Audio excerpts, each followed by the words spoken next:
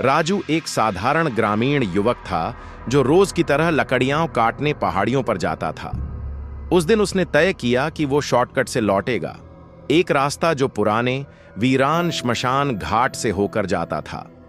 गांव में उस रास्ते को अशुभ माना जाता था। लोगों का कहना था कि वहां आत्माओं का वास है, लेकिन राजू इसे मात्र अंधविश्वास समझकर चल पड़ा। शाम गहराने लगी थी। आसमान पर अजीब सी लालिमा छाई थी।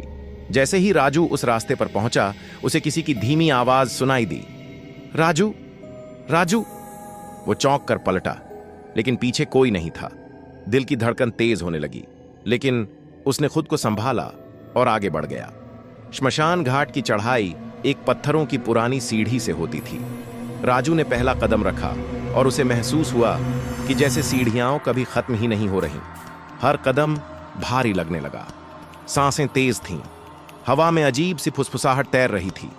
पास के पेड़ों की शाखाएं जैसे उसे रोकने की कोशिश कर रही थीं। अचानक उसे एक बुजुर्ग व्यक्ति दिखाई दिया जो ऊपर की ओर इशारा कर रहा था। राजू उसकी ओर दौड़ा, पर जैसे ही पास पहुंचा, वो आदमी गायब हो गया। उसके शरीर में सिहरन दौड़ गई। तभी उसने देखा, उसकी परछाई में अब एक और परछाई जुड़ गई थी।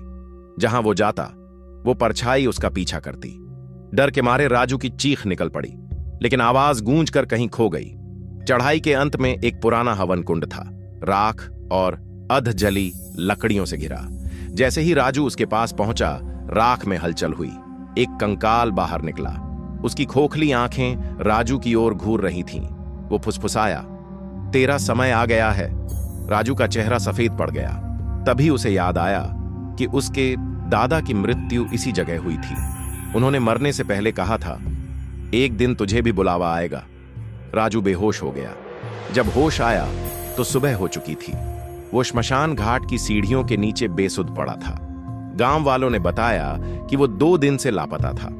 अब जब भी कोई उस शॉर्टकट से जाने की बात करता है, राजू सख्ती से मना करता है। लेकिन कहते हैं, आज भी जब रात गहराती है तो पहाड़ी से एक धीमी आवाज आती है, राजू, तेरी जगह अभी भी खाली है।